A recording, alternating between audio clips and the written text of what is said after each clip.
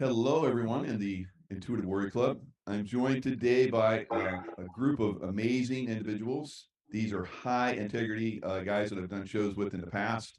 I got Sean Taylor, Scott Bennett, Derek Johnson, Patrick Berge, and Alpha Luna.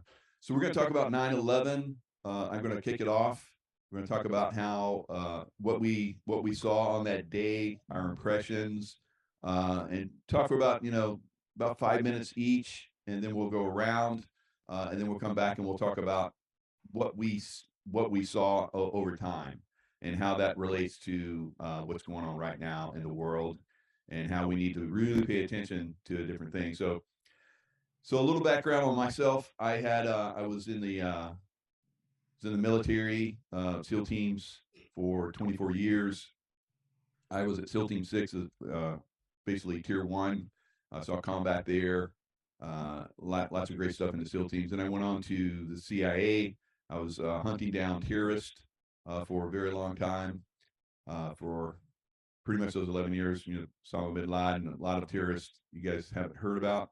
I helped track them down. It was a lot of good stuff. I did a lot of good stuff. So on that day, 9/11, I was actually in the military, I think around 22 years at the time. I was at the Naval Academy.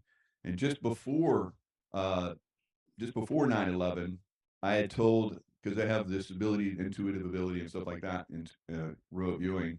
I told the three-star admiral that was in charge of all of that area, that I saw that, needed to beef up security because I felt there was probably going to be some kind of an attack. And that stunned everybody because here's this, senior enlisted guy that's SEAL. Everybody looked up to me, and they're like, "Whoa, that's just out of the ordinary." So on the day of 9/11, I was home. I was basically babysitting my daughter. The Naval Academy hadn't. It was like one of those days off. So I was hanging out at my house, and I get a call that, hey, you need to get on the news because looks like a plane has crashed into one of the towers. So I got on the news, and I'm watching it, and I'm talking to a friend at the time, and I'm like, wow, that is really crazy. So I'm like, I'm starting to think, is this a terrorist attack that's going on right now? And then another one hit the other tower, and I'm like, absolutely, this is a terrorist attack. And then over time, that tower collapsed in on itself. And at that moment, because I'm a demolition expert, uh, at that moment, I'm like, somebody got inside and set explosives. And we'll go into a little bit about all of us will talk about, what we've seen over time. And then when the other one collapsed, I'm like, how did terrorists get in there and do that? And then I saw, the Pentagon got hit, and I was like, where's the plane? There's no plane. There's no impact anywhere. And then I saw the one in Pennsylvania that crashed. And I'm like, that doesn't look like a crash site. I've seen crash sites, physically seen crash sites. That is not a crash site. So all of these different things, started to resonate with me that there was a problem. And over time, as I started to look at it, as we're going to go into, I saw that this is probably an inside job. Right. And that was very concerning because like a lot of people, were like, oh, hoo y'all, let's go kick some ass. And then over time, after being in the CIA for a while, I started to see a lot of the stuff that would lead me to believe that there was an inside job. And I got more and more information. I think because of that research, it helped me to see the things that are happening right now. All right, so I'm gonna pass it over to you, Alpha. Give it like 5 minutes, and tell us a little bit of your background, and then your what happened on that day. Absolutely. Good morning, gentlemen, and it's nice to be in the presence of great people. So on that day, I was a young baby civilian, and I was actually working construction in a retirement complex with my father and my uncle, and we're doing remodeling, so people were still living in the apartment complex. And I was working on some electrical work, and there was this elderly couple that was sitting out on their patio because I was in California, so it was really early for us out here. And as they're drinking their coffee and watching TV, I heard, everybody, their reaction. So I started looking at the TV, and that's when I got to witness, the second plane hit, And at first it was kind of like, what the heck's going on? You know, is this an accident? Is this planned? Like there was a lot of confusion. I didn't have any military experience or law enforcement experience. I was just some green civilian just saying, how the heck is this going to happen with two planes? It just didn't make sense. And then we heard about, other planes, one that crashed, the other one that hit the Pentagon.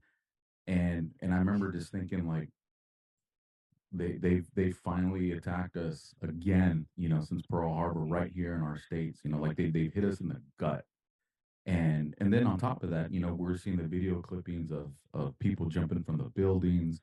And I remember thinking as a young guy, you know, how much pain do you have to be in to be like, I'd rather plummet to my death than to feel the heat against me. And I remember just it broke my heart, especially to know that people are watching, and I mean you can't tell who it is. You just know it's somebody, and if you got family there, I'm just thinking about the pain that we felt. And for me it was there was a lot of anger in my heart, like how dare you come to our country to do this. And it was in that moment that I said, we're gonna be, I know our country, we're gonna get in a fight, and I want to be a part of that fight. So the following day, I ended up going to the recruiting office down here in California, but it was closed. So it was I think the second or the third day, I was finally able to make contact with the recruiter and ended up joining the Marine Corps. Went through all this stuff. You don't just get to join and then 2 days later, you're on the bus going out there. There's a process, and you got to wait, and the anticipation, because by this time, we're learning that Osama bin Laden, and we're learning about the terrorists. As every day passed, you're just learning more information that's just getting you more and more pissed off. So when I finally, took my military entrance exam, they're like, "Hey, we want to push you into JAG," and I was like, "No, no, I want boots, I want a gun, and I want to go hunt down these guys. That's what I want to do. Don't put me in a freaking office." And so, sure enough, I ended up joining, and then in 2003, February, Valentine's Day, we landed in Kuwait, and then March 18th, 19th, we crossed the LOD going to Iraq, and you know, g- just got to be a part of it. I didn't realize a lot of the stuff we'll talk about later till much later in life. For me, it was just they came after our country. I love my country, and I'm gonna go be a part of the fight. And something that was pretty unique, that the drill instructors, well, were, to rewind a little bit to boot camp, was the majority of the people that had joined in there were all people that joined because of 9/11. So the motivation, the dedication, the passion that existed in the class that I got to be a part of, um, I don't think I'll ever experience something like that. I mean, everybody was there because they punched our country and we wanted to get in a fight, you know. But yeah, that was pretty much it for me, Mike. Yeah, that's outstanding. Thanks for sharing that. So Alpha, when I was in Iraq, I'll just throw this in real quick, and Afghanistan, I always loved it when the Marines came in because they kicked butt and they didn't mess around and everything got under control. So thanks for your service. Sean, let's give us your insights on that day and what transpired. Um, well, I was a young rookie police officer. I only had maybe 3 years in, and working a night shift.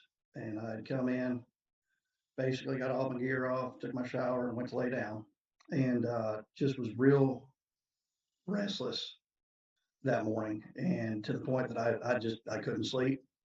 And it's not uncommon after coming in from a night, being on duty and answering calls. And I turned on the TV, and by that time, the first plane had already struck, so it was all over the news. Um, and I was sitting there watching it, and then the second explosion happened on the second tower. And I have to tell you, it felt like somebody had kicked me in the gut. It was just like, how in the hell could they allow this to happen? How is this happening? How did we not learn from Pearl Harbor? There's always information that's coming in, and somebody has dropped the ball big time and allowed our people to die. And they've hit us literally. Let's face it, New York is the heart of this country. It's where a lot of this country was started, and big businesses and all of that. And, so that's one of the reasons, of course, it was a main target. And I sat there and watched all of that unfold, and saw the stuff with the Pentagon, and saw the stuff out there in the field, the one plane. And of course, they went and cut to Bush and all of that. And as information started coming in, is just something just was very uneasy. We didn't know if we were going to have second attacks and stuff like that. In law enforcement, they really started beefing things up, and wanting to put people through different trainings and things like that. So, I'm attending these trainings, and of course, you're hearing other people's perspectives from other parts of the country, what happened. And I remember as a night shift officer, uh, when you're night shift, you're a completely different creature. I mean, you operate differently, you see things differently, you see things other people don't see. And one of the things that I saw in common with a lot of the other night shift officers that I'd met from around the country going to trainings was we listened to a show that Art Bell had on called Coast to Coast. It was on AM radio. And we all recalled him having shows on about people prior to 9/11 happening being very uneasy, very restless, that they knew something was coming. They felt it. People knew it was coming. We just didn't know what it was going to look like. And basically, that kind of shaped how my law enforcement career went, because once you started getting into that, we had the anthrax scares and things like that. So we had to go through different trainings and things like that happened. And that led me into like the methamphetamine labs and taking them apart, the bomb labs, and dismantling them. And it really changed law enforcement as a whole. And I spent 25 years in it, and the more information that came out about 9/11, and the more things that I learned about my local government, my state government, and my federal government, the more upset I became, because I actually saw that they could be and are the actors. I asked myself the first day, how could they let this happen? Well, they were part of it. Wow, that's incredible. Incredible insights you just shared. We're all like nodding our heads, like, yeah, yeah. If we could just get this message to more people, that'd be amazing. That's a good point. The law enforcement definitely had to up their game. And great insights what you guys went through, and probably because of that, you started to look a little deeper, and that's what we'll talk about in the next round. All right, Derek, you're definitely a sensation right now. Thanks for joining the truth community. We've been out here for a little while. It's always good to have new, fresh blood come in. Tell us your insights on 9/11. First off, it's an honor to be here with all of you, and it is new for me. But someone asked me why didn't I just come out with what I know, and I'm like, I'm just now getting a platform. So I've been knowing a little while. I've been learning from a lot of you that I've seen throughout the last few years of me researching what I've been researching. But yeah, I'm probably gonna make everybody feel old right now. But I was strapping 18 years old, brand new when 9/11 happened, and I was your typical Southern kid that grew up in a family that was a Christian family, deep Bible belt. I'd say naive in a good way, just because I had such a great family. My dad was a veteran. My uncle was a veteran. My grandpa, my great grandpa, and I had, my dad he had taught me about military, and I was starting to get letters at that time period. But my dad was really pushed me to go to college, and wanted me to do great things because he had set me up for success. And I had started college, a junior college right up the road from where I live. We lived on a 5,000 acre ranch, cattle ranch. And so I already had chores, and I was getting up early and things of that nature that you do on a farm. And I got to sleep in that morning because I had class that particular day, I had class about, I think it was around 10 or 10:30, 11, somewhere in there. And I got to sleep in that morning. And I was going to do the chores later that evening. And so I remember my dad running in.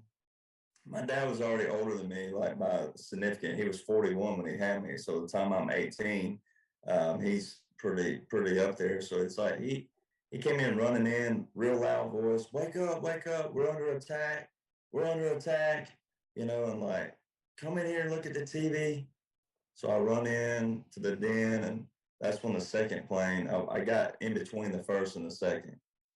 And so we're watching that, and of course, we have a house full of guns. We're down in the South, and the southern world is always like, oh, we got our guns. We'll kick your butt, whatever. Come on over here. Well, I'm like, well, it's here. My dad's like, it's here. It's here. So let's stay calm. Let's call everybody we know. And that's kind of what he was doing. And he was like, look, you keep your head on a swivel, go to class and see what's going on, just in case, you're real close. You know where he used to talk kind of like that. You know where your rally point is if something happens. You know all the back roads to get here if something happens. And I raised you right. I trained you to be a country boy. And so just if something happens, put those skills to use. It's hard to, when you're 18, you're trying to comprehend all this. It's like, man, is this just terminology or is this real life? And so I went to class. And then when we came back, it was kind of like we went down to my grandparents because my grandpa was still alive at the time. And he was a World War II veteran. And he was a welder for 48 years, skilled welder on a lot of the ships down in Mobile at the bay. And from the very beginning, he was like, that ain't how it works. It just ain't how it works. He was like, a plane don't hit 90 stories high in the metal down below. That ain't how it works. That metal would not just fall just like that. He was like, I ain't buying any of this. There's something going on. I don't know what it is right now, but he was like, you ain't selling me on this. There's something ain't right about this. And so I was very close to my grandpa. I mean, anybody had a good grandpa knows that you think they hang the moon. So I was always sitting with him going, well, why would you think that was rigged? And he was like, son, I've been working with metal and steel for 48 years. It just don't work like that. Those planes are not going to go down just straight like that. I mean, the buildings are not going to go demolition style. Boom, boom, boom, boom, boom. He said, it's just not going to happen like that. He's like, now, if anything would have happened where they hit would have collapsed, maybe, but not all the way down. So, I was around that, and my dad, and of course my dad he's not a big talker, and he's kind of the kind when anything happens, he just sits back and he'll let everything kind of surface a little bit, and then he'll gather what he gathers, and then he'll process it. So I was around two different types of environments to kind of sit back and wait. And as you know, they started telling you, oh, weapons of mass destruction. And of course, what did it for me the most was watching a president get told in his ear how calm he was, at the school that day. And I kind of thought that's a great setup to be at a school where you were kids. You're playing on everybody's emotions. Oh, he's there with kids. And it was like the ultimate play on emotions setup for Americans out there to go, oh my God, and distractions versus going, that's pretty clever. He's sitting at a school reading a book to kids. He gets whispered in his ear by Secret Service guys, hey, we got an issue. And he just sits there calm, just kind of looking, staring. Like, he had that stare to me, now that I know what I know. He had that stare of, okay, it's go time. There's no turning back now. Yeah, no doubt. So that I love that, that fresh Southern, look, because I grew up in the South too. I had one of my buddies basically after I'd been in the military and then in CIA for many years, they did another one of those massive top secret background checks, and they approached him and they were asking him about me, and he's like, "Don't you guys know by now? He's been working for you for almost 30 years. Come on." Like, I love that. All right, Scott, tell us about your experiences. Well, gentlemen, it's an honor to be with you, and may God get all the glory in our conversation of truth. And Mike, I loved how you opened it. I loved how everyone's commented so far because it shows a love of a love of country and patriotism, but more importantly, I think a love of truth and assembling what we've discovered in 22 years. And my personal background at the time, I had just finished my master's. I was just starting my PhD at Catholic University in political theory. So I was in the civilian world. I was sleeping at the time, and my my mother from California called, very Scottish. Are you watching the television? America's under attack. I said, what? Get up. And I go downstairs, and I was living with a couple of Russians at the time. They were astrophysicists, and they said, "Oh, Scott, we're so sorry, man. Look what they're doing." So these two Russian guys, what the hell are you talking about? I look and I see the towers, burning, and I'm like, huh, oh, okay. And no, I didn't question it at the time because we had all been, built over 20, 30 years to trust the government for the most part, to love the country and the government. I mean, you thought the government was a reflection of your best character. Wrong. We found that out much later. But my father had been a Marine Corps aviator in Vietnam. He flew F-8s, the last gunfighter, 68, 67, uncles and all the rest of it in the military. But I immediately went down the next day after watching this whole thing. And I never questioned the technicalities and the science and stuff like that. It was a brilliant psyop. It played upon our instincts. It played upon our vulnerabilities. It orchestrated pomp and circumstance and pageantry and bullying and multidimensional tactical pressures and all sorts of things to psychologically influence people. And I went down to the military right after. I wanted to go into psychological warfare, and I went down to Marine Corps. They didn't have it. The Navy, they didn't really have it. They had Office of Naval Intelligence, and it was the Army.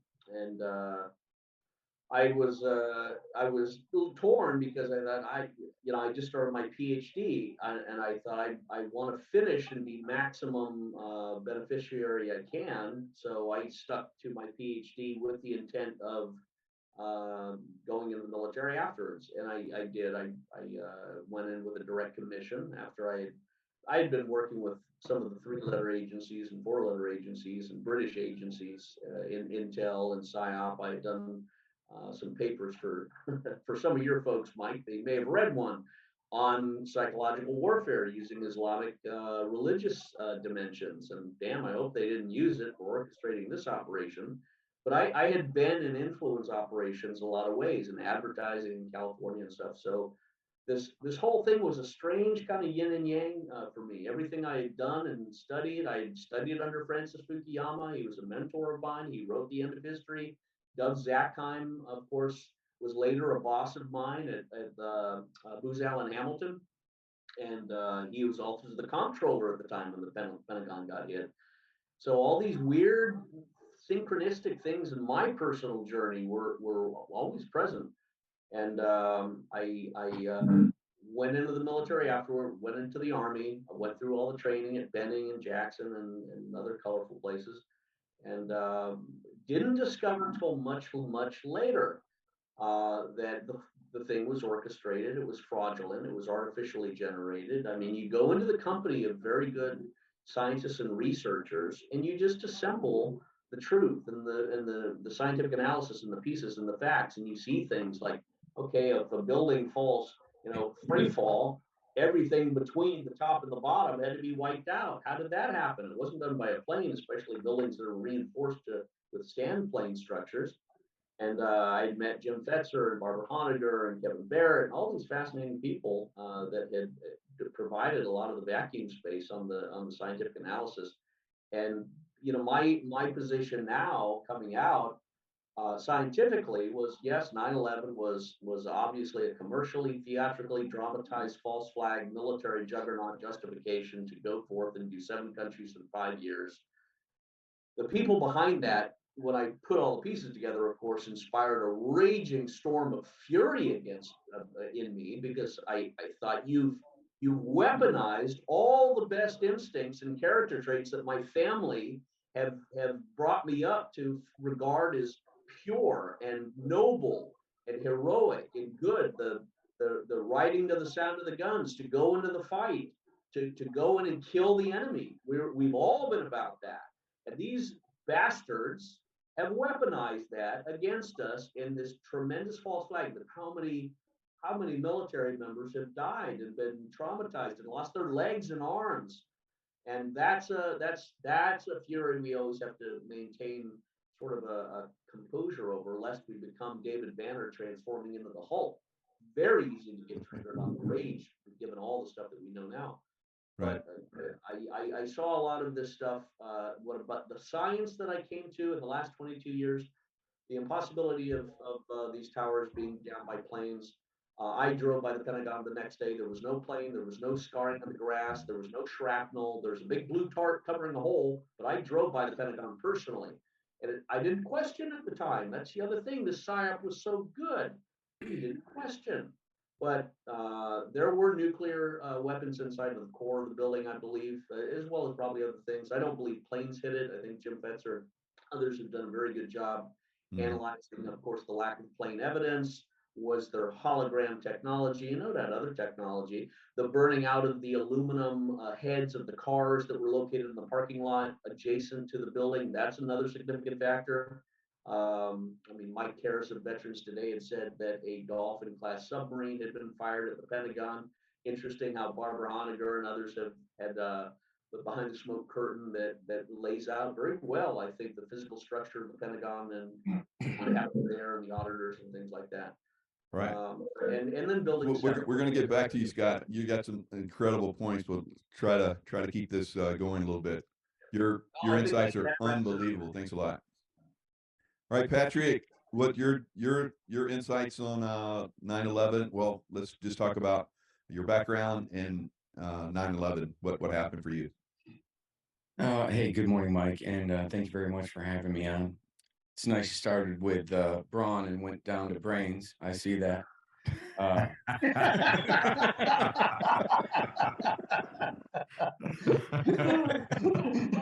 Ouch. I live way too close to him to make jokes like that. But it's always good. I always like to have a little bit of humor on such transformative day as this. I think it impacted everybody's life. I hear these stories and I'm just like, you know, it changed our world when this happened. I just been married like 2 years earlier with my first wife. We won't go into the other. I only got 5 minutes, but my daughter was born October 30th of 2000, and we had gone like for our first anniversary. I take my wife to Disney World, and while I was there, I was like, "Hey, let's make reservations at the castle, and we'll come back next year on September 19th, which was our anniversary." And because it takes like a year in advance to get reservations at the damn castle, right? Because there's like 1 million people there a day. And so, that next year came around and I'm all like psyched up for this. My first daughter was my firstborn daughter, Mia. She was just about a year. So that happened. And then within a couple of days, I was working at a place called Thompson's Computer Warehouse. I was doing IT and support. I mean, remember it vividly. So, and by the way, like right after that happened, like within a few days, and there's no way I can verify this, but I met with a CID investigator a few years back, for a completely unrelated thing. And when the guy walked up to me, he shook my hand and said, it was a pleasure to meet me. And he wanted to thank me. And I thought he was talking about like the book that I had put out, my enlistment at 39, turned 40 at basic training. But he had mentioned that it wasn't that. He had mentioned something from like around 2001. What I did within a couple of days of that happening, I was working for a wholesale company that was wholesale to the public computer parts. And I thought to myself, wow, these guys might be living in a cave, but they got computers. I wonder if they're going to be buying parts, things are going to break. So I just took the list of the 19 names that they had put out, and I saw that one of the names on there matched exactly to a customer that we had had. And so and the address was like right across the street from one of the airports they had taken off. So I sent the information to the FBI because they had, if you have any information, seemed stupid at the time. But it also had like tracking information and signatures from that. And I have to wonder to this day, there's got to be a way I could FOIA this or something. If maybe that might have been what he was thanking me for, and I have no idea. But beyond that, we went to, everybody was like, oh, the Disney World's the biggest target, right? And don't go there. And there were all these threats of anthrax and everything. But I'm like, hell no, I'm going to Disney World because if I don't, the terrorists are going to win, right?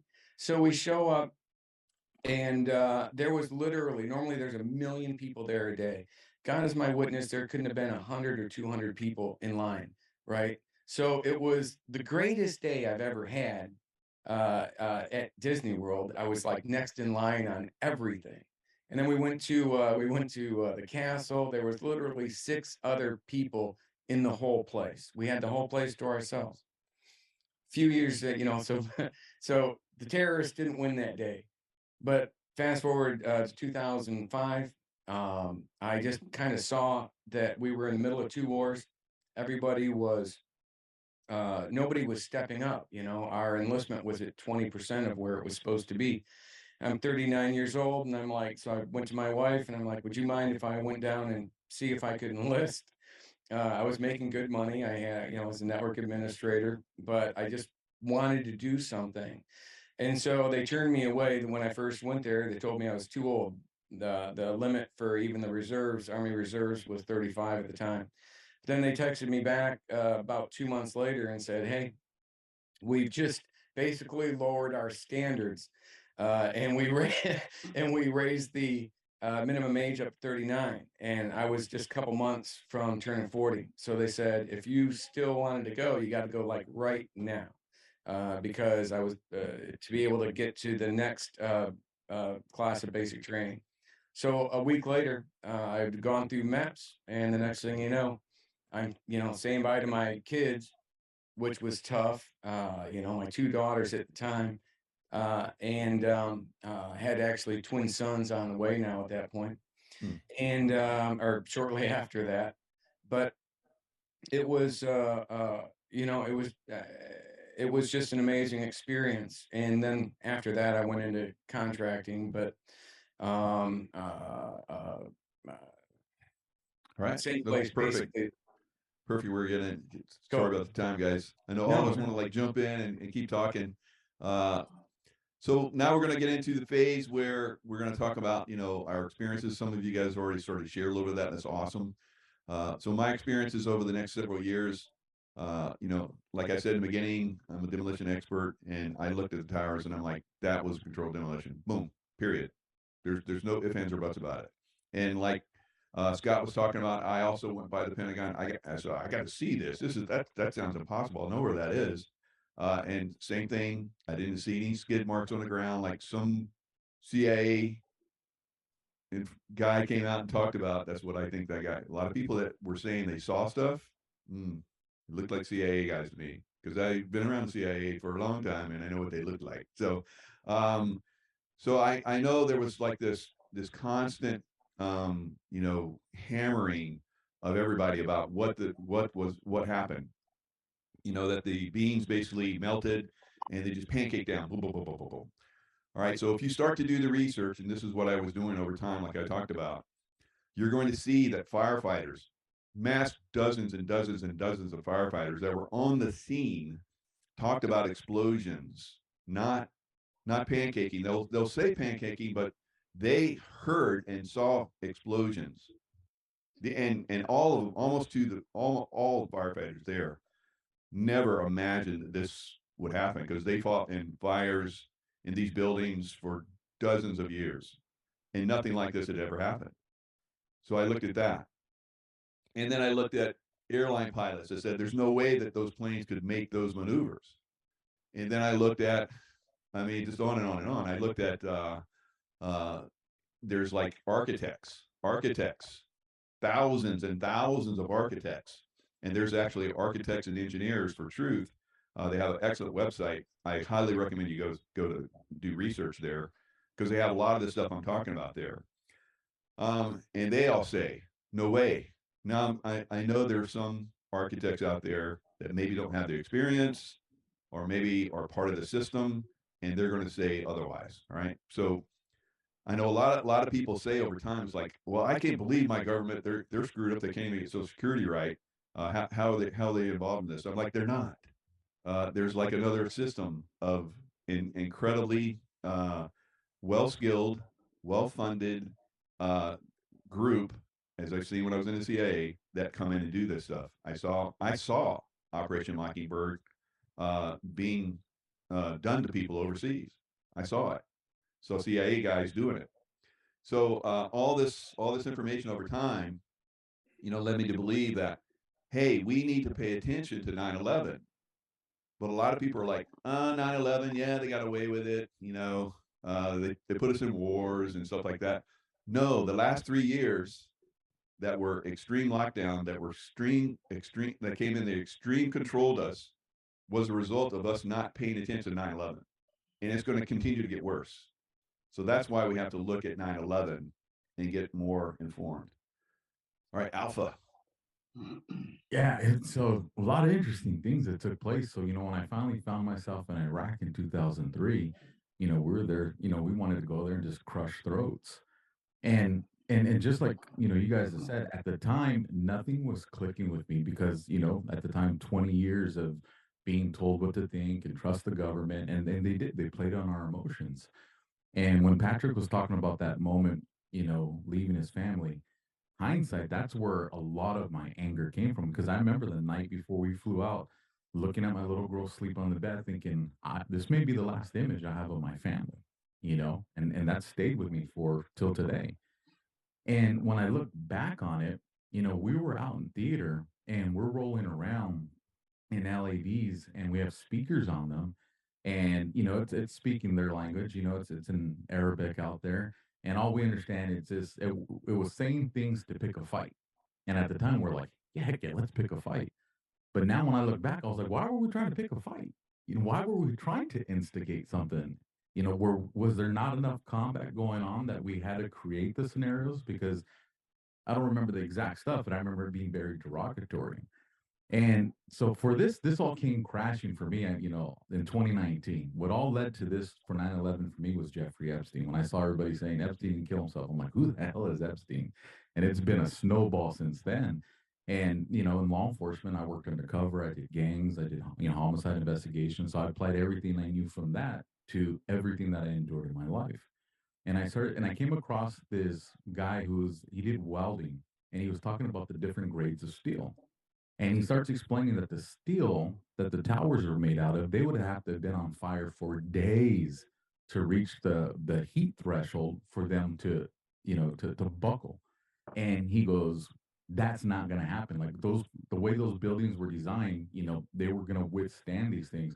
So then I was like, And then all of a sudden, how did we find all that debris, everything, but we find everybody's passports to the terrorists? And I was just like, listen, no one gives raps an investigation like that. So then things started, to pile on little by little. And then you realize, who approved these guys to begin with? And you find out it's John Brennan. And then everything just kind of started to stack on top of each other. And then that's when I realized I started to have a lot of anger to be like, you know what? I have buddies that, they'll never be the same, buddies who have committed suicide, people that died out there. Everybody that we all were willing to sacrifice our lives and our families and everything because it was to protect our country. And now we're finding out it's central banking Saddam didn't want to probably be a part of. Now we find out it's the Patriot Act that they wanted to start off because they had this freaking, Agenda 2020 plan from who knows when. And you start to realize they used our emotion and patriotism against us to set us up to destroy ourselves. And it's just everything. It's like that thread you pull on the sweater, and before you know, all you got left is a tank top. And that's kind of where I feel like I'm at right now with 9/11. Wow. That's so powerful, and that's why I love having all you guys here. Each one of you has an incredible story. So, Sean, what are your insights post 9/11? You know, kind of like Alpha, I ended up in a lot of the investigation side and, you know, some of the high speed side and in law enforcement. And, you know, when you started to apply your training to the events that had happened, when things don't add up, they don't add up for a reason. So if you start doing it, looking at it through deductive reasoning, things just were not adding up. By that time, I had gotten involved in, by the time I realized that, I'd gotten involved in narco terrorism and things of that nature. I was working narcotics and violent crime. And I started seeing things that they just didn't add up. You know, we started getting things across the HIDA emails regarding, hey, you know, we've got X, Y, and Z people that are in the United States and we've lost track of them. And these are people that, you know, have been brought over that really shouldn't even be here. And, you know, when you start seeing things like that, you know, I was in law enforcement long enough to learn some of this stuff is not by accident. You know, sometimes you're told to look over here because they don't want you to see what's happening over on the other side. And I started talking to different people because, you know, in the South, you don't question two things. You don't question God. You don't question Uncle Sam. You don't do it. And but you know, we started to have some rumblings. You know, as a cop, you know, we don't make a whole lot of money, so we do our extra jobs, and we'd be standing out, you know, working these extra jobs. And one of the guys that worked at a large city by me was out there working. He had just gotten back from Afghanistan, and I'm not exactly sure what he did over there, but what I do know is this: is he was on a listening post, and the post that he had at the time, they were listening to something to do with Kuwait. And he said, man, you know, if you think 9/11 had to do with X, Y, and Z, he said, you better think again. He said, the reason we went into Kuwait to save them and why Saddam, you know, invaded was because they were side drilling in there to pull his oil out of Iraq. He said, this is nothing more than a ploy. And when that dialogue started opening up more and we started sharing more based off of our knowledge base and our training, it was just like this huge light went on. And I'm like, okay, I'm not alone. I can put away the tinfoil and okay, let's have an open conversation about this. I was lucky enough to work with several guys who retired recently from NYPD, and several of them work the pile. They still have to go back for their 9/11 checkups every year. Um, and talking to them and hearing their side of the story, you know, again, one of the guys that I was talking to last night, his sergeant was actually inside the World Trade Center when it started to collapse, and he heard the bang, bang, bang, bang, bang, bang, you know, so that makes you question everything. And then having worked in the taking part labs, we had to deal with different chemicals. And one of the things I found is there are certain things that they could have put within paint or different things like that that burn at such a high level that it could cause issues with the structural integrity. You know, people have no idea and don't have the knowledge, and that's one of the things that are these people depend on is we lack the knowledge and the ability to put things together. You know, like lithium, you mix lithium with water, and it's going to burn at 1,500 degrees Fahrenheit almost instantly until it burns out. You're not putting it out. And so when I started applying the training to what was happening, it didn't add up. And when it doesn't add up, there's a reason. So when I really started digging into that, I learned in law enforcement, you follow the money. You follow the money trail and you look for the cells that are there. Then you find the connections between the cells. And boy, when I started doing that, I became a hot potato in law enforcement, and I was moved around quite a bit after that. But that's fine because it got me to where I'm at today. My, you know, the blinders are off, and you know, it's time that, you know, some of these people are held accountable. I don't think our entire government's bad. I don't think all law enforcement is bad. I believe we have bad actors that are in key positions in their choke points that are able to control the narrative. And I think after Trump was put into office, things were starting to come out that they didn't want out. Their plan was dismantled in some ways. And when they had to steal the election, all of a sudden they've got to put it in high gear to make up for what was dismantled and then get them back on track. And that was what really pulled the curtain back, I think, for the American public to see. Outstanding, Sean. And I know you're still involved in a lot of investigative work, and we do programs a lot. So I look forward to our next show, because a lot of the follow the money that he's talking about, that's how we find out. Because this is not just here in America; it's around the world. These criminal organizations, and that's why they do the things that they do. Derek, what's your insights on post 9/11? Well, so I'm finished off there. I was at college, a young guy. And, like he's talking about the South, there's one thing you just don't question, that's God. And Uncle Sam, you're willing to die for both. And so, I didn't initially, I went to college, as things kind of settled in, because the American people just did that. Everybody fell right in, like Alpha said, it's like they played on your emotions, they played on your psychology, and everybody just kind of just twisted it right onto that narrative. Because people aren't researching already. They're not thinking like my grandpa was, already thinking outside the box, or had that experience that you said, Jaco, that you have all these architects and you have all these demolition experts, and no one wants to listen to the experts, right? Everybody wants to listen to their emotions.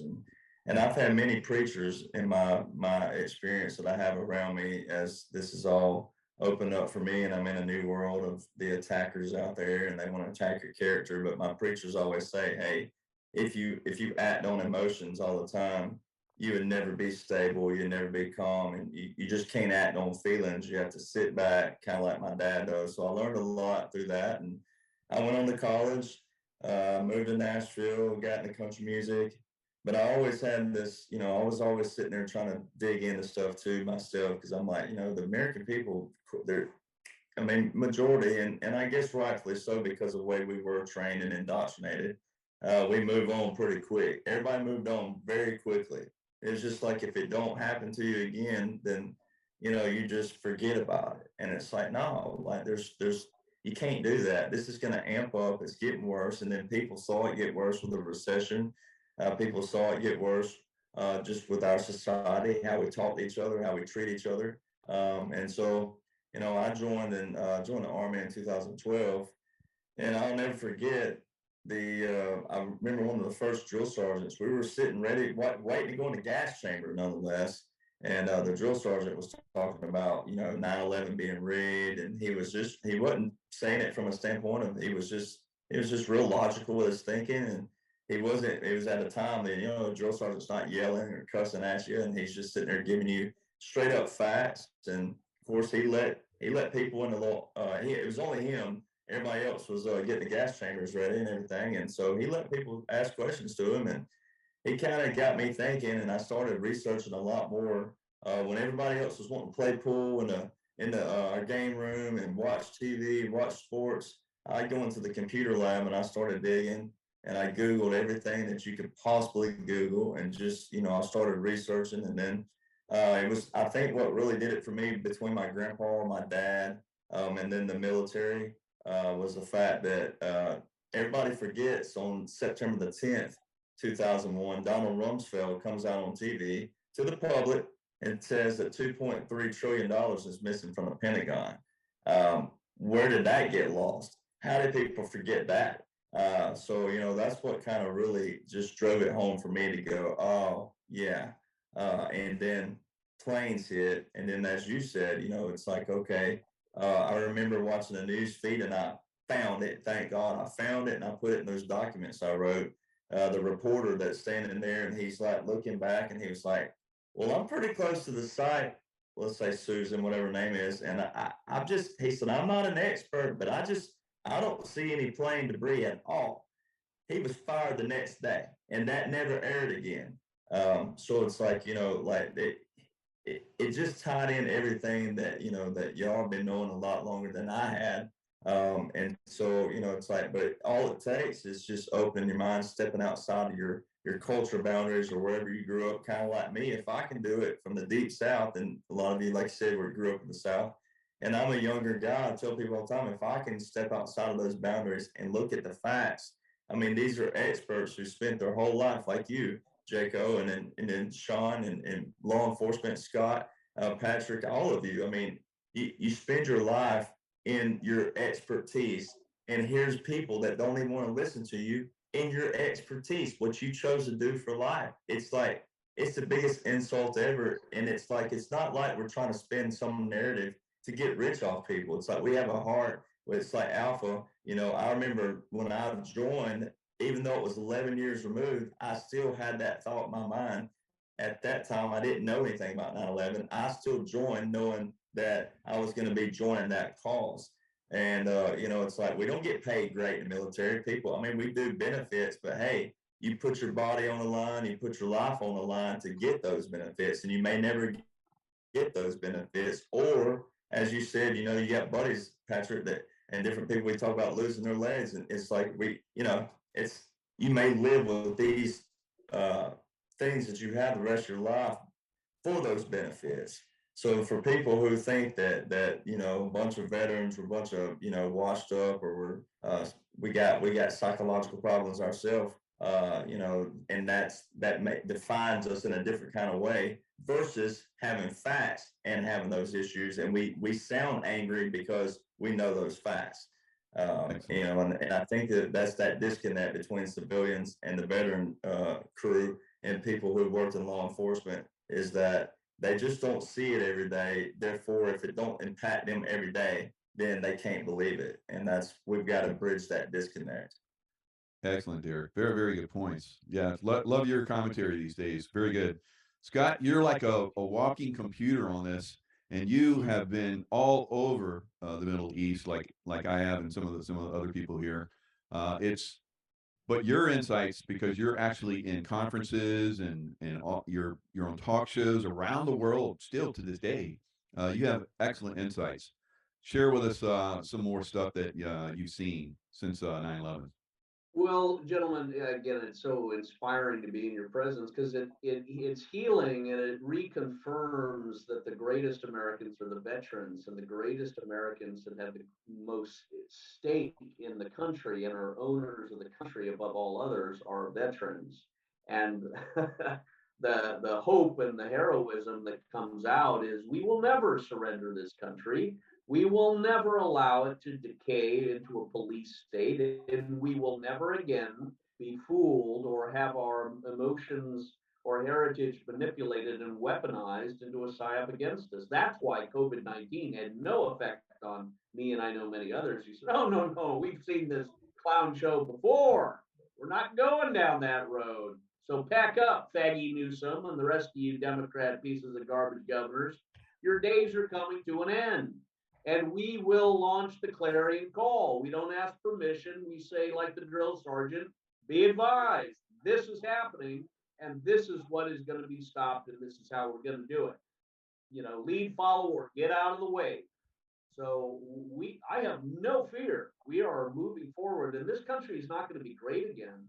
This country is going to be the best it has ever been. I said that to a group of Vietnamese last night. I'll tell you, the karaoke and a little Saigon will ask for a story. But I put up on the little chat there on my website, shellgamewhistleblower.com. I've got a few books up there, one of which is the 9/11 Truth. I did this with Robert David Steele and Barbara Honegger and Jim Fetzer and a whole bunch of guys. I'll send it to you for free. If you email me, I'll send you the PDF. This goes into all the different experts, the architects, the engineers, everybody that looked at 9/11. Very good book. We sent it to President Trump. I sent it a memo in December 2017. Trump himself knew that the buildings had been wired for explosions. He commented on that. I was a little suspicious, I have to say, when I saw Giuliani and Commissioner, whatever his name is, I can't remember at the time, those guys in Trump's analytical team. I was just, well, wait a minute. These guys, I've seen some really sketchy stuff about this because they were tied in, on 9/11 at the time. So, there's a lot of things that we're still piecing together about people. The other book, of course, was Shell Game. This is when I was a contractor at Booz Allen Hamilton. Ed Snowden was a colleague of mine in the Hawaii office. I was at State Department, SOCOM, CENTCOM, JMISC. Bergie was at JMISC too. I was State Department Counterterrorism under Ambassador Del Daly. And I saw on Shell Game, and nothing's classified, but I had a TSSCI clearance. I saw all of the Swiss banks, Union Bank of Switzerland, that were being used to bring in money that was being funneled into dark operations. And Dubs Dackheim had transferred out of the Pentagon and become my boss at Booz Allen Hamilton. And a very shady character. Of course, we see his tie-in to the 5 dancing Israelis that were stopped and photographed and arrested and held and then released by Chertoff. And of course, Chertoff later became a partner at Covington and Burling, a law firm that also employed Eric Holder and Lanny Brewer and that tried to misrepresent General Michael Flynn until we exposed that and got him off. There's a lot of deep players in the background of a lot of this stuff, but ultimately the evidence and the testimony all comes down to this was orchestrated. The physical facts prove that. The emotional facts that followed led off into this taking down of Afghanistan, then Iraq, and then Libya, and then Syria with ambitions against Lebanon, and then Iran. And I think that's all been stopped. But we have to allow ourselves the space to get that anger out, and it's not uncontrollable anger. It's just like, wait a minute, now we're going to come to accountability and punishment for illegally, due process, of course, but due process can lead to firing squads in some cases, and I hope they do. But we're now forming the final opinion of the last 22 years of the greatest crime against humanity we've ever seen that was used to, open up the American empire, right, and go forth and conquer. And you're right, Mike. I was in Iran. I've been on their television. I mean, to imagine an American Christian man anointed by God, Jesus is my Lord and Savior, and I go to Iran and I speak on live Iranian TV, not about TSSCI stuff or anything like that. I keep my own serious. But to build bridges and do influence operations into the hearts and minds of the Iranians, and to try and correct a lot of the materials. And they knew all about 9/11, by the way. Their intel people are very smart, and I had some interesting conversations. I should say, I listened to some interesting conversations. But I was with Bill Giraldi and Mike Maloof and a whole bunch of other guys, CIA guys that were there too. But the world woke up to a lot of this stuff. And I think in closing, we have to go, okay, where are we now? Where are we going now? What is America happening now? Well, in a nutshell, we've seen this weaponized into patterns of control. The patterns of control have been applied to COVID-19. The COVID-19 was applied to a vaccine that's killing everybody that gets it. It was used to overthrow President Trump. Pat and I were back in Washington working in the analytics and saw a lot of this stuff. We saw the centralized senior executive service, along with people like AFL-CIO and others coordinating the overthrow of Trump. It seems to have happened. I've heard Derek's presentation on some of this material. I have no fear it's all going to be corrected, eventually, and that time's coming. But we've also seen major traumas in Europe. I think Europe is about to collapse. I think Ukraine's biochemical labs that were in development from 2008 to 2019 were directly connected to this COVID thing in Wuhan, because I saw the chain of custody of the materials, and I was on Russian documentaries talking a lot about this called death factories. So we're seeing a lot of the fruits of the American empire that was cast out with a combination of Mossad, CIA, and Cheney and Bush and all the rest of these people. They launched this, and now it's coming back to affect us. The next question is, what is going to happen to the United States, and where are we as veterans in this position? Well, as far as I'm concerned, veterans are at the top of the food chain. Veterans are the strongest presence in your counties, and that's really all that matters. I can't influence what goes on in Michael Jaco's county in Florida. I'm in California, but I have full confidence whatever happens in Florida with Michael Jaco is going to be solid, secure, and he's not going to take prisoners, and nor is he going to be intimidated. And I think the same thing applies to all of you and all the veterans that have been woken to this, that have got this firmly. So let me close by saying, let us never be intimidated. Let us never be influenced. Let us never be bullied into any submissive or accepting psyop. Let us always stand on the Constitution and our rights and our heritage of Americans to make sure that we move our country in the direction where we are never again going to be putting up with this sort of an attack or submitting our rights. I'd say I think the time is right, Mike, where they're going to do another 9/11. Yes. Either they're going to assassinate Biden, assassinate Kamala Harris, move in Nancy Pelosi, and then the Wicked Witch is going to apply her Gavin Newsom, faggoty governor, as the vice president, then remove Nancy and Gavin Newsom slips into the presidency. That's a scenario. I've always said they may Manchurian candidate Biden, or do the Sharapova nuclear event, maybe in America too, or pick something else. They are going to do another 9/11 attack because the Democrats know they have no chance for a free and fair election. They will be annihilated in the course of the investigations that would be followed up by Jim Jordan and Gates and the rest of it. So I think we are going to witness the Democrats go stark raving mad, and they are going to trigger some event to try and justify a suspension of the election, martial law, insurrection act, who knows what. That's where we have to be prepared to go, nope, we're taking control. We're not going to allow this country to go down to hell's half acre, like where the Democrat schizophrenic mad dogs want to take us. Outstanding, Scott. Woo, that's good. Patrick, what do you got from 9/11 after? What are your views? What are your insights? Well, I'm too dumb to be giving any advice on engineering, but I'm smart enough to understand that a lot of people profited from this, right? So whether it was a false flag or whether it was something that, whether it was an incident that people just took advantage of, it's pretty clear to see that the military industrial complex benefited hugely from this. As Derek mentioned, Rumsfeld came out the day before talking about a couple $1 trillion missing. I get that, right? But so many people have just turned what happened, regardless of how it happened, they've turned it into just a way to steal. You've got and look at the people like Rudy Giuliani, right? He was America's mayor.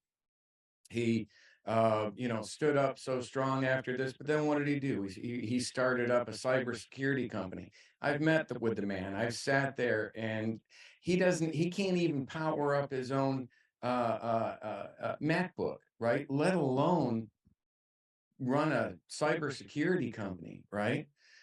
These people just turned it into a way to profit from it, and the psychological warfare components of it are all they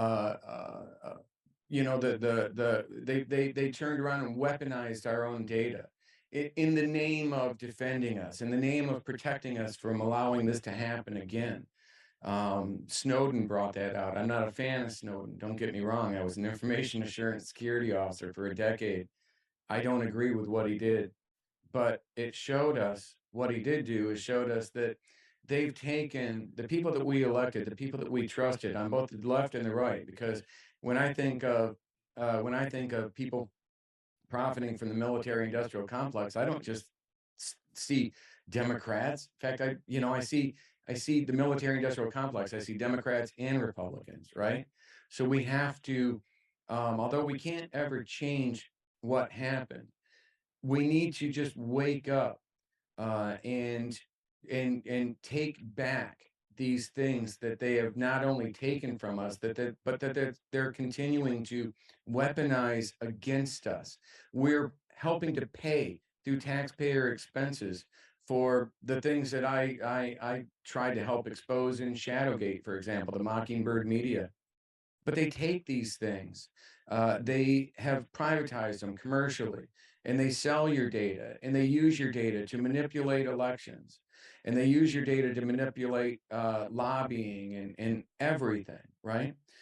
So we need to come together, acknowledge this, and really focus on that. Bring Americans back together. Get back the freedoms that we had that were literally taken away by that act on 9/11 in the name of protecting us. Outstanding. Yeah. So what we'll do now, we'll wrap it up, do like about a minute and a half or so. And so my views on, why we need to do this is because if we don't pay attention to the past, we're going to repeat it and even more.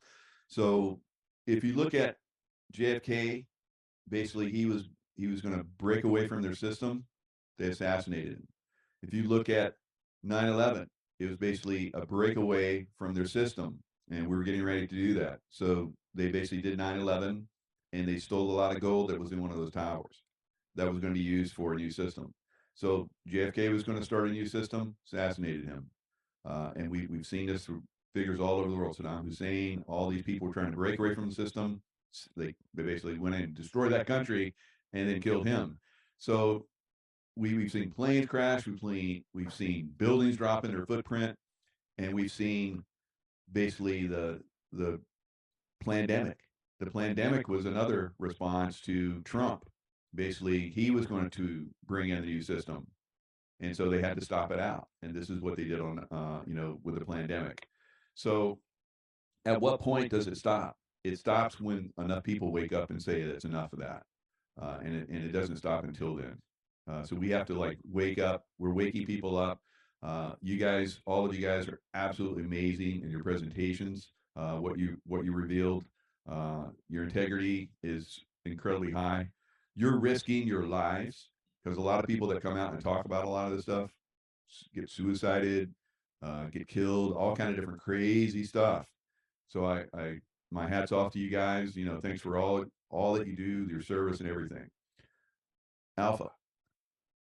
Yeah, we always talk about, this is 5D chess and it's chess and it's chess and it's chess. Well, you know what? We're all the pawns, and if all the pawns refuse to move and fight each other, the other pieces can't accomplish what they want.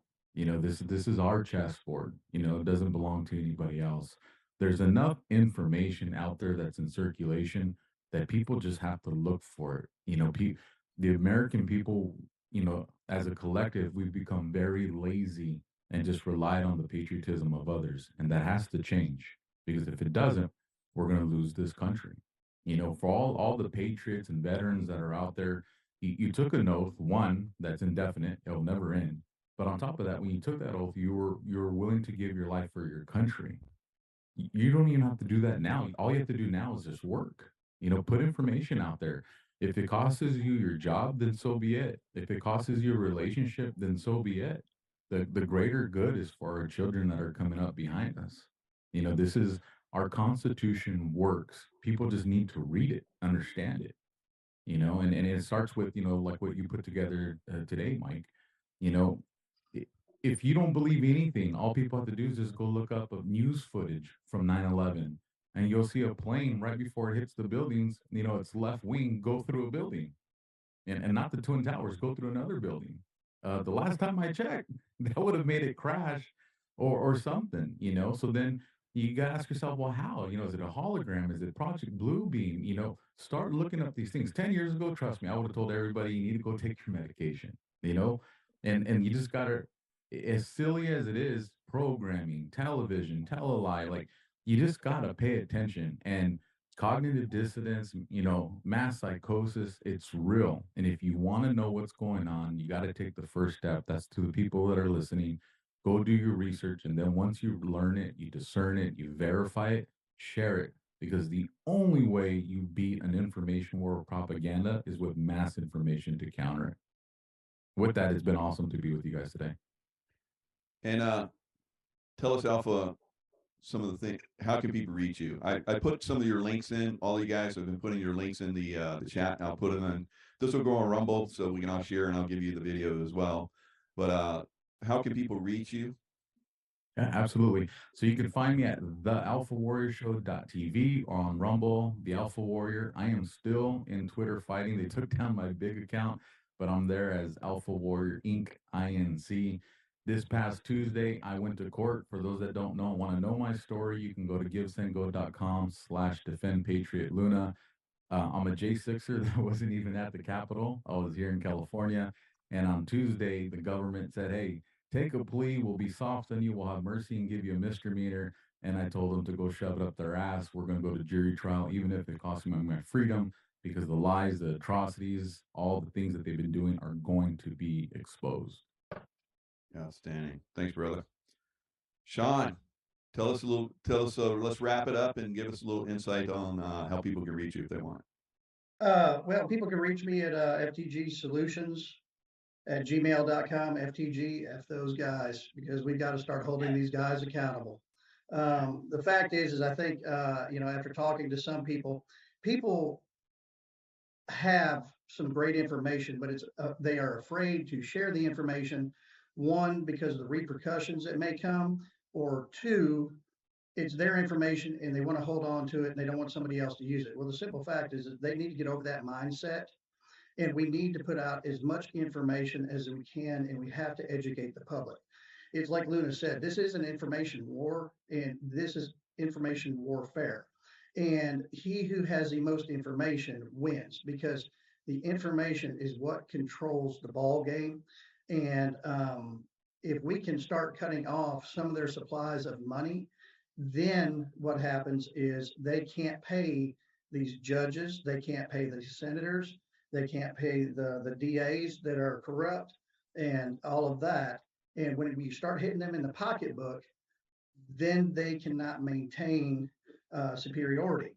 So we have to get that, we have to do it through the information, and we've got to cut off that money chain for them and take control. And we've got to get to higher ground, because unless we get to that higher ground, we are not going to be able to take this country back. And we've got to be willing to give all, because I call it the macaroni and cheese factor. Until people see their children digging through a trash can behind McDonald's to be able to eat and survive, they're not going to do anything as long as they have their macaroni and cheese at their house that the government's giving them with the lights and all of that. Until we lose that macaroni and cheese factor, and these people realize they're going to watch their kids starve, they're going to watch very bad things happen. Until we can get past that and start sharing the information, educating the public, and holding these people accountable, we're not going to get anywhere. So share the information, yell it from the mountaintops, believe in God, He is great, and He will show the way. It's the only reason I've stayed in this particular case for 13 years. I've literally burned this case file at least a dozen times, and he said, "You're not done." And he puts it right back in my lap and brings me new information. I'm to the point now where I know I can't give up. He's put me, as well as all of you and thousands more, out here to go forward and fight the evil. And that's where I stand on all of it. Wow, that's great words, Sean. And I know you're involved in exposing the works of these evil people right now. So I appreciate your ongoing work. Derek, how can people reach you? Last few words. Yeah, so DerekJohnsonCountry.com pretty much brings up like my people, things like that. And Rumble and Telegram are at Rattletrap 1776, Rattletrap 1776, all in one, no spaces, nothing. True Social is the only thing I finally got my name at. I never had to put a space or anything. So at Derek Johnson. So I'm proud of that one. That's the first time I haven't had to do a number or underscore or anything like that. So, and then Facebook, I'm still dropping bombs on Zuckerberg. So it's 1776 Nation. And I'm getting a lot of shares over there, and they're winning. They've been being blocked, and they disagree with the decision, and Facebook, we got a screenshot. We admit we're wrong, and they put my stuff back up. So that's really cool. So a lot of tables are turning, and people are finding out the power of your voice and the power of standing up, as we talk about. And of course, my documents that I wrote, they're free out there. It's bdocuments.info. And I just wanted to put a groundwork down for the common person to understand law and order, and what President Trump and them put in place is that we do have an operation going on, and they set this up for you, the people out there, to stand up. All right, if I can do it, you can do it, and if all of us can do it, you can do it. But we cannot defeat this without you. So President Trump kept saying the best is yet to come. He kept saying we have it all, we caught them all. The crimes and evidence will be displayed to the public. Now, my biggest question from people is, well, why would it look like this if President Trump was still in charge legally? It's because, once again, like we've said this whole show, is to get you to use your brain, use your cognitive dissonance, as we talk about, use everything, the tools that God gave you. God gave you a natural ability to use your brain. Einstein was a 6th grade education. My grandfather was a 6th grade education. So it's like, I have my master's degree, but if I don't put it to work, it's just a piece of paper. It don't mean anything. So it's like, you got to apply this stuff. And, I tell people all the time, they set the groundwork up for us to take this over, and veterans will be the first in line, per se, because we are. It's like, I saw a veteran tweet last year. It's like, hey, civilians, you better get your what together, because if they pull us in, we're going to get this over in a half a day. Now, you're not going to like some of the stuff you see, and if we have to kick in your door for being a troll, then some people don't understand that. But it's like, if people would resonate with what we're saying, and like you said, Alpha, the facts are there. All of us said it. The facts are there. My documents put every link known to man. You only have to Google. I've got every link known to man to .gov, the DOD. All you got to do is just go to them. There's no cost, but we can't make you read. We ask you to read, but we can't make you read. And that's where we are in this nation, as Alpha said. It's like we have a short attention span. People become lazy, and that's not us attacking you. That's us rallying you, trying to light a fire under your rear end and say, all right, you want to be a patriot?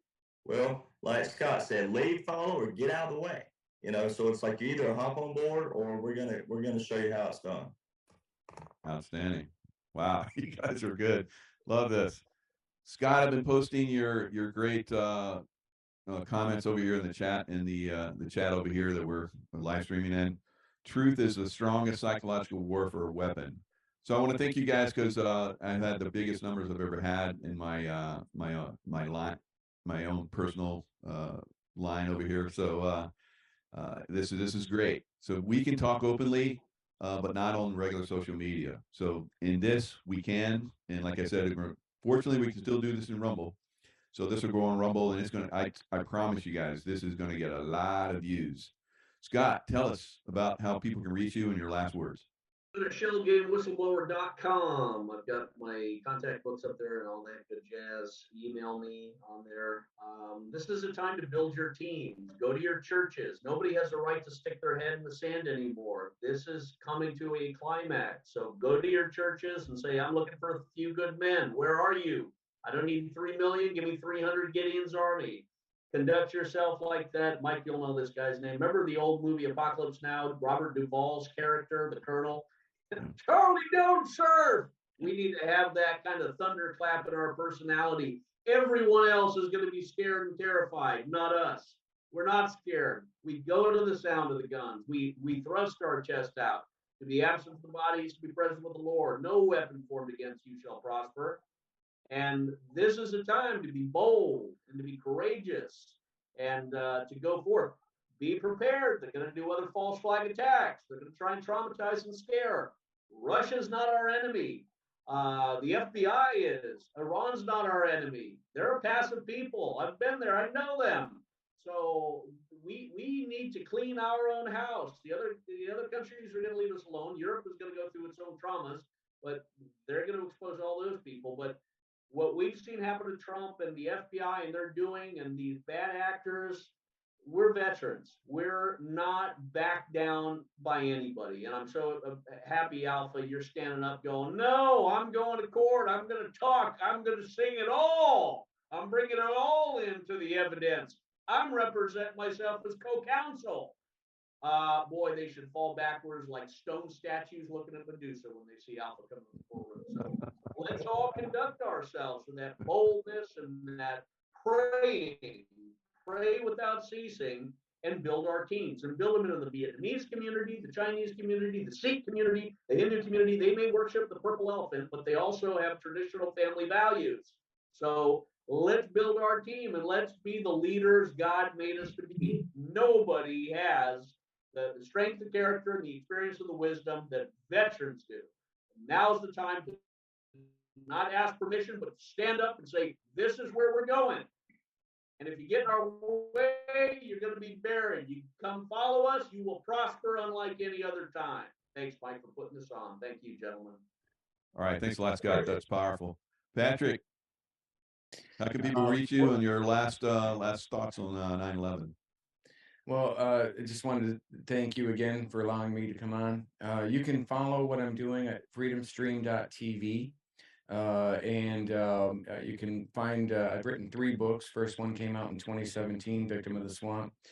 They basically tell what's already, what's happening now with the conversation about the social media, psychological warfare and such that's going on right now. You can also help out at patreon.com/American Awakening. I don't know about the rest of you guys. This stuff terrifies me, right? Coming out and speaking like this, I've been doing it for a bit, but it never gets easier, right? Because you're always going to be judged on things that other people, are going to question. But yet we have to do it. You can't clear a room if you don't kick in the door, and somebody's got to do it. It does me good to see like people, younger generation like Derek, that is standing up, that stood up, that enlisted and made these personal sacrifices. Alpha Warrior, he was arrested for freaking tweeting. He was like 6,000 miles away from January 6th. Yet his life, everything that he owned, the expenses, it's being destroyed because he was expressing his First Amendment right, and I get it. I get it. These are private companies. They can do what they want, but they can't when they're being coordinated and forced to do these things by our government. I'm trying to, as a whistleblower, through things I filed in the courts from my personal experience, I'm trying to help fix this. We need to take back control of the social media networks and our elected officials who are, like I said earlier, using these things against us. And so I just wanted to say again, thank you very much for everyone for standing up today, for coming out and speaking, and for Mike Jaco for allowing all of us this voice. Thank you very much. All right. Yeah. And thank you guys. Thanks, for coming in on an important day. We came in right on the time when that first, plane hit. And thanks to my wife, Tracy Joe, for lining you guys up. And so it's a work, that we're all involved in. I know all of you guys, have been involved in, great teams. This is a great team of, warriors that's out here spreading truth. So thank you very much. You. Thank you. And thanks to everyone that joined us, and we'll see you guys next time. Appreciate it, guys. Yeah. Whoa.